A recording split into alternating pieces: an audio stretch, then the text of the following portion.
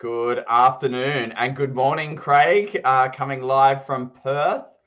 You cannot tell, but Craig is still in the AM over in Perth at the moment. So good afternoon, everyone. From my side, welcome to number 28 of UncommonCents. We're live on LinkedIn, live on YouTube, and for those that listen later on through their favorite podcast. But how are you today, Craig? Good to see you. Thank you, Dean. And yes, good morning from my time zone. I have done a full day's work before 10 a.m.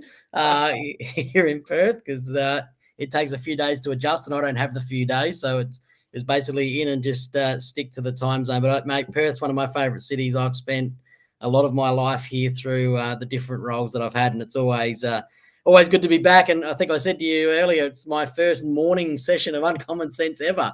So looking forward to it.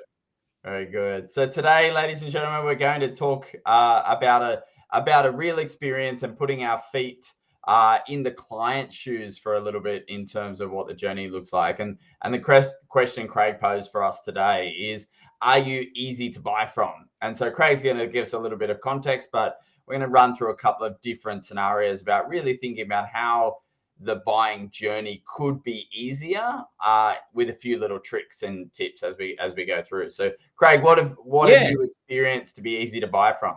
So yeah, mate, today I'm actually finalising the last part of a transaction with a financial institution, actually, in terms of being a client of theirs. And I was sort of thinking about it this morning, and I was looking at the entire process, and I was just having a coffee and I went, gee, they were easy to buy from. Like, everything worked.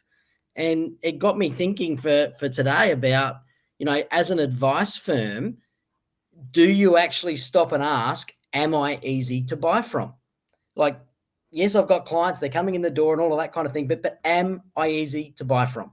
And look, if you're on LinkedIn and all of that, as we go through this, make sure you chuck some comments in. Let us know you're there. Keep chatting with us. We'd love to hear what you think as well. But I sat back and went, well, how do you know?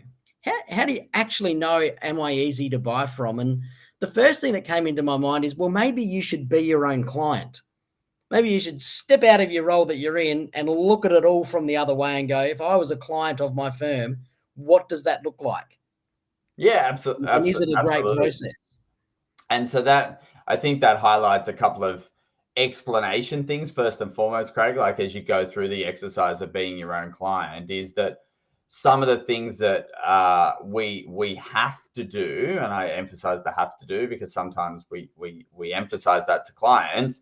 Some of the things that we have to do creates a little bit of friction for our clients because most likely we don't give it context. And so going through the buying journey as a new client can allow you to get the concept of how should we explain the FSG, for example, just as a very random example. But often advisors might say, well, I have to give you this because the government makes me. Something to that effect. And so it's not necessarily a positive or pleasant sentence to hear as the customer, because you don't understand why this person who you want to work with is having to do things that you know nothing about. And so being your own client allows you to see a couple of those things. Maybe even the statement of advice, Craig, it's I have to prepare this for you, and what is the client's perception of some of the things that you're saying at the front end in order to determine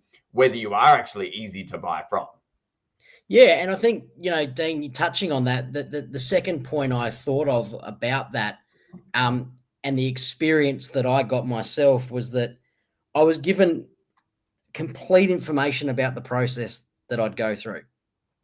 Yep. And then updated along the way, and, little bits and pieces that made that journey maybe sometimes a bit fun, but convenient and all of that type of thing. And so I think the other part about being easy to buy from is that the person who's dealing with you understands the entire process.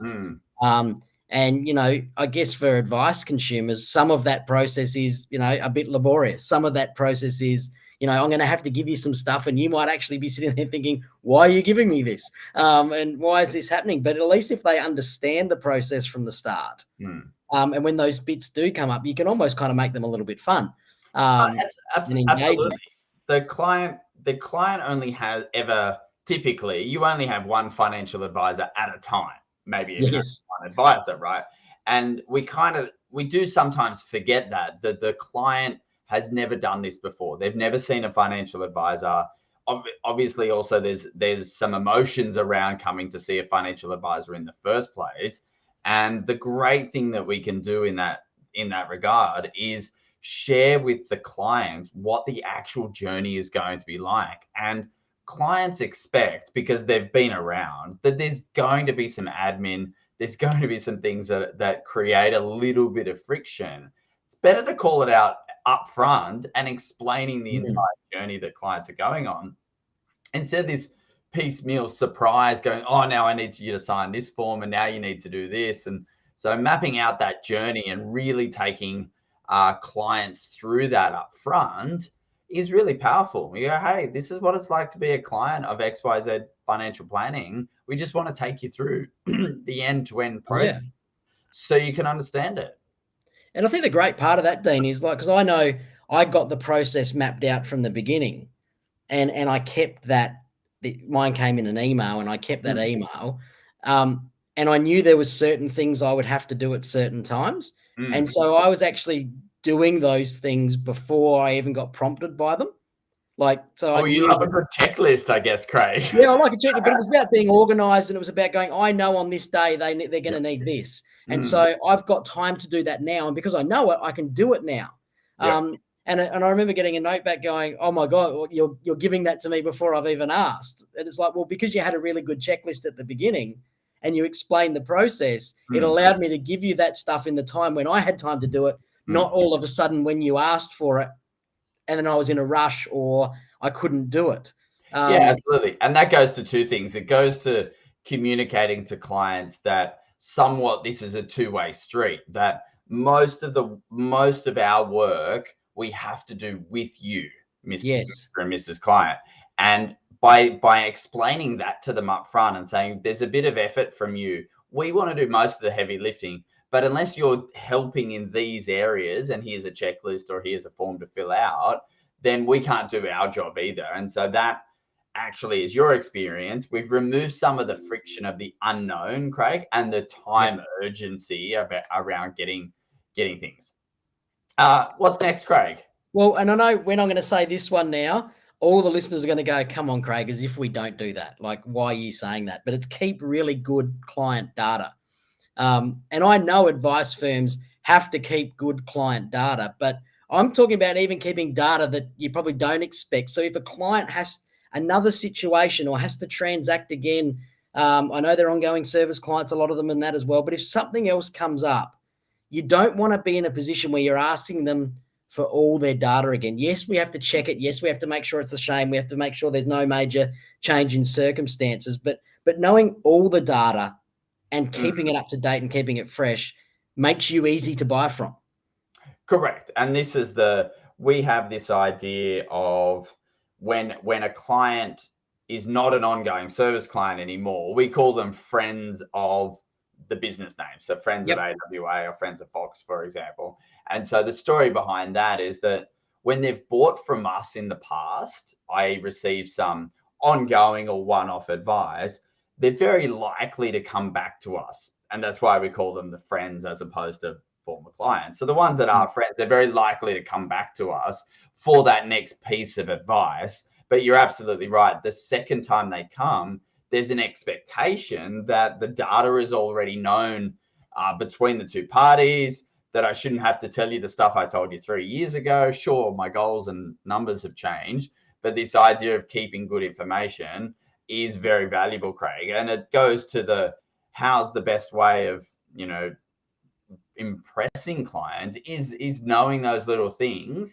We've got technology to help us. I'm not asking you to remember the birthday of the 3 children that they have, but knowing the kids' names and taking the time in the first instance to make sure we've captured this information so that in the future, we know we don't have to worry about asking it again, because it is embarrassing to ask for the same thing twice. But that's a really good point, Dean. Like there's the easy questions, which are, how many children do you have? 2, good. Are they at school? Like the next question, what are their names? opens it up so much more and makes it so much more personal.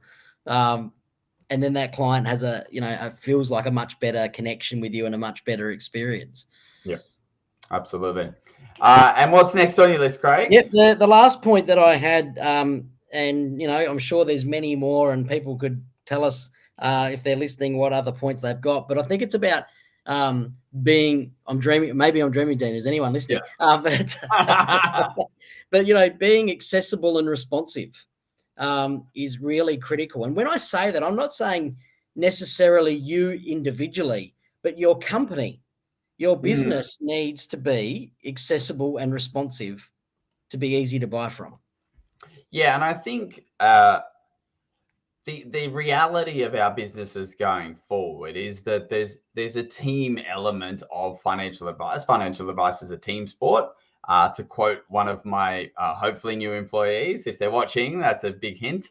The financial advice is a team sport in the context that there's a variety of different people that are going to help to make that client loved in the business, but also given advice. And often we make the mistake as the advisor of trying to be the relationship king, I suppose, or queen in this context, that everything's got to go through me. And it's the worst outcome for clients and for you as the advisor, that you think all communication has to come through you. And so we flip this over in terms of this accessible and responsive, is that if you go back, Craig, and I might have told this story to you before, but maybe not to listeners, but this idea that when we posted mail to a company, the mail came into the mail house, which was then opened and triaged by the mail person, and then it would go to the right department. The department would look at it, but the lowest employee, it would go up to the senior most employee in that department, and only potentially make it up to the CEO if it was important and serious. And so accessible and responsive, if you just go, well, how is the best way to build a responsive business? It's to make sure that emails and phone calls are dealt with in a timely fashion, but it doesn't have to be you.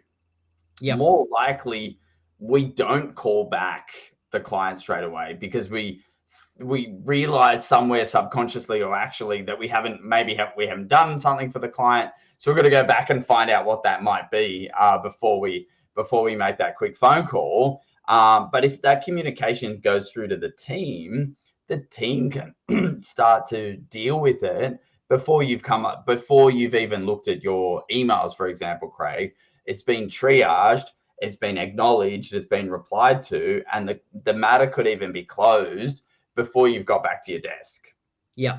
And that's the responsive part of it. I think that's something that all businesses can do really, really well in terms of being responsive to communications and it's two ways. It's how can we be more responsive to keep clients informed, and the reverse. So the bit from us keeping clients informed, the statement that I always say is no client has ever told me or us we're keeping them too well informed about their money.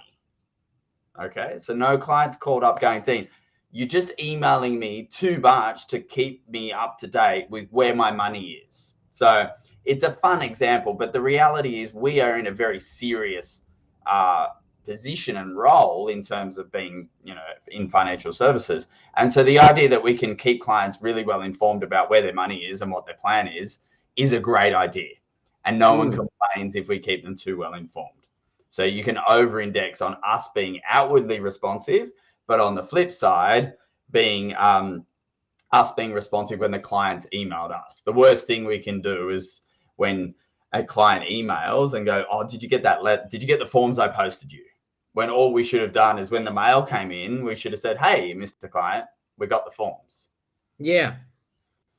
Very easy to do. And this accessibility thing is interesting when we're all, as advisors, busy, Craig. It's like, how do we make time for clients in that accessibility? And this is where we've got to clear sections of our diary and have some electronic tools to help us be available to clients. So the idea that clients can book time with you, for example, just quickly on on a booking system. We're used to that for every single thing, i.e. the dentist and the doctor and everything else. So we can book time with our financial advisor. And really, as long as I've booked the time, I'm happy. If it's very, very urgent, I'm going to be on the phone. But if it's if I've got some time in the next 2 weeks, I'll probably be happy with that. And that means that I'm accessible versus I've sent you an email and you haven't responded back with potential times for a meeting.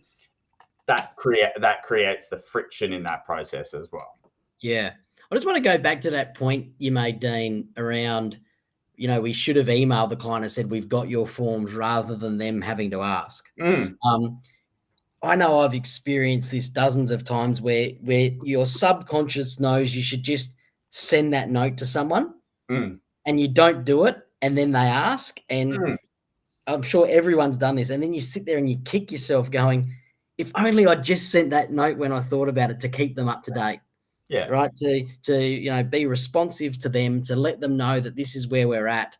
This is what we're doing. It's human nature. Yeah. First and foremost. And we are also our own worst enemies. That if we're better at building the system and maybe holding other people accountable instead of trying to do it ourselves. So this idea that if we can build the right system in our businesses to acknowledge all the mail, and it becomes a repeated process that we do constantly, we build the muscle.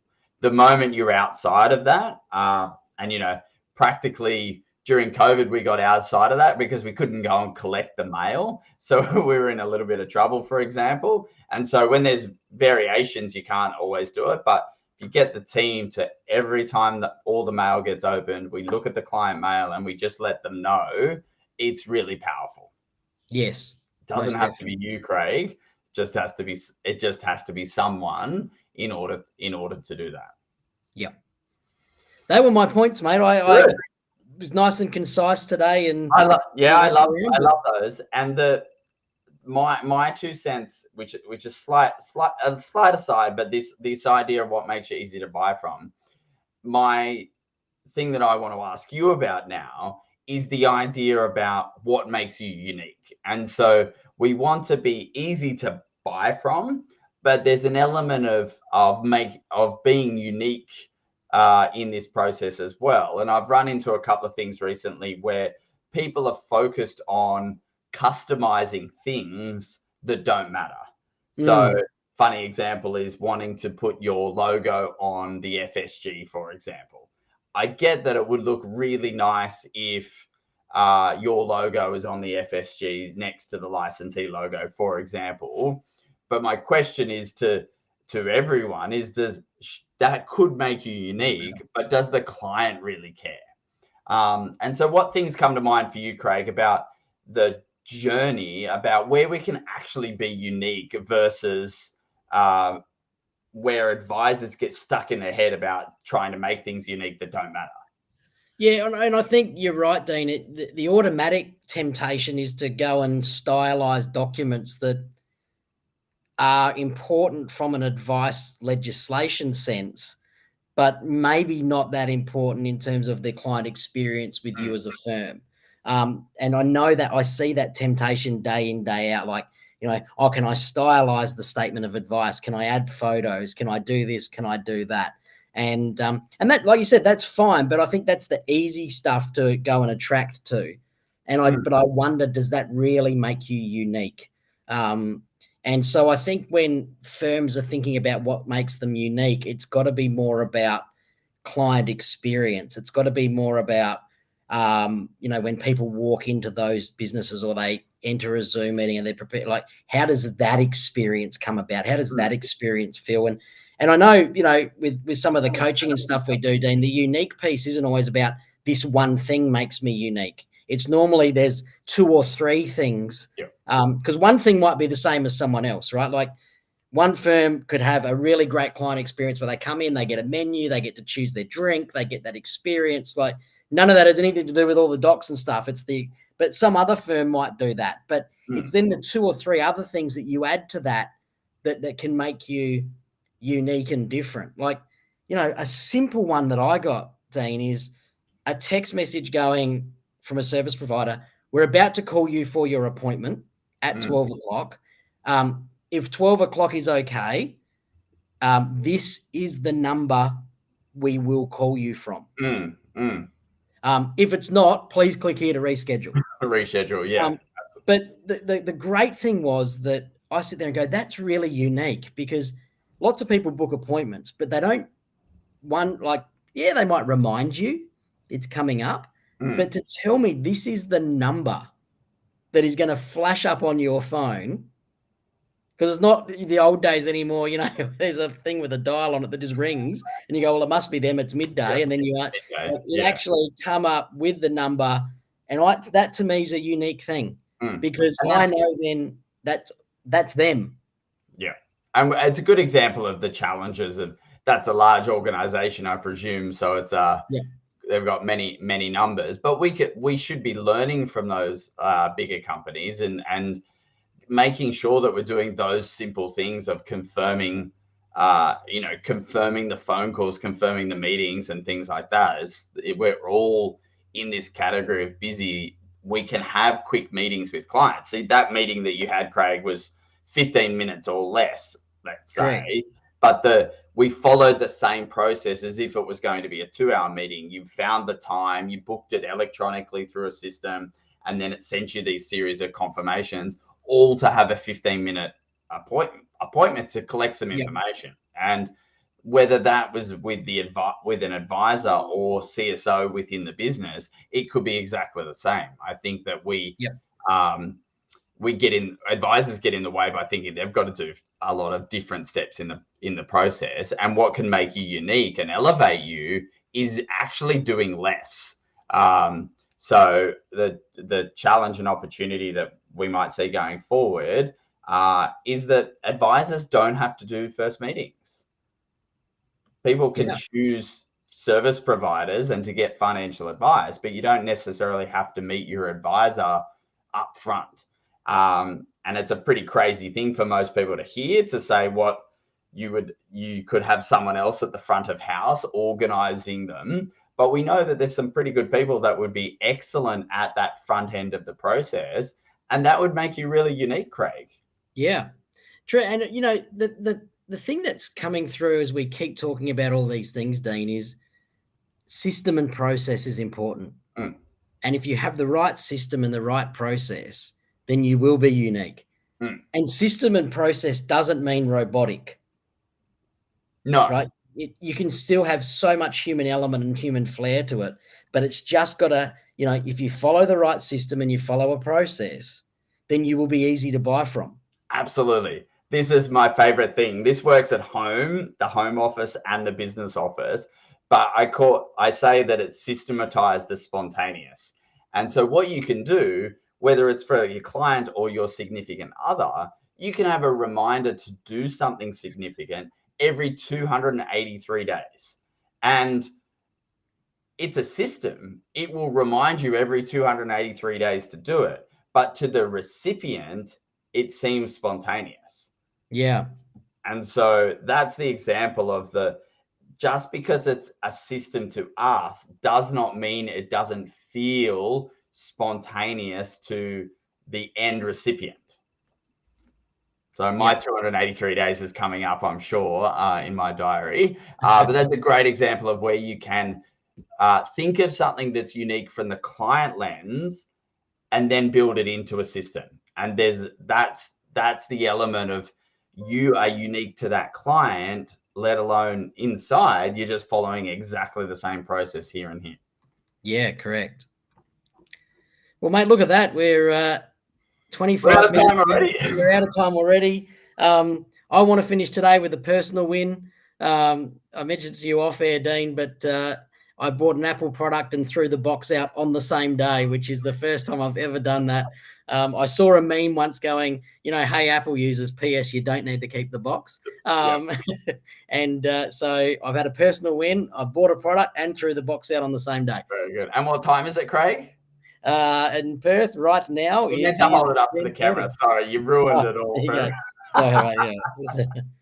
Thank you, Apple, for sponsoring this Yeah. today's episode of Uncommon Sense. Thanks very much, everyone. If you have any thoughts or questions after reading this, please reach out to Craig or I. We'd love to hear how you've experienced and think about your own service from the lens of your clients. And we'll see you in a fortnight. Bye, everyone.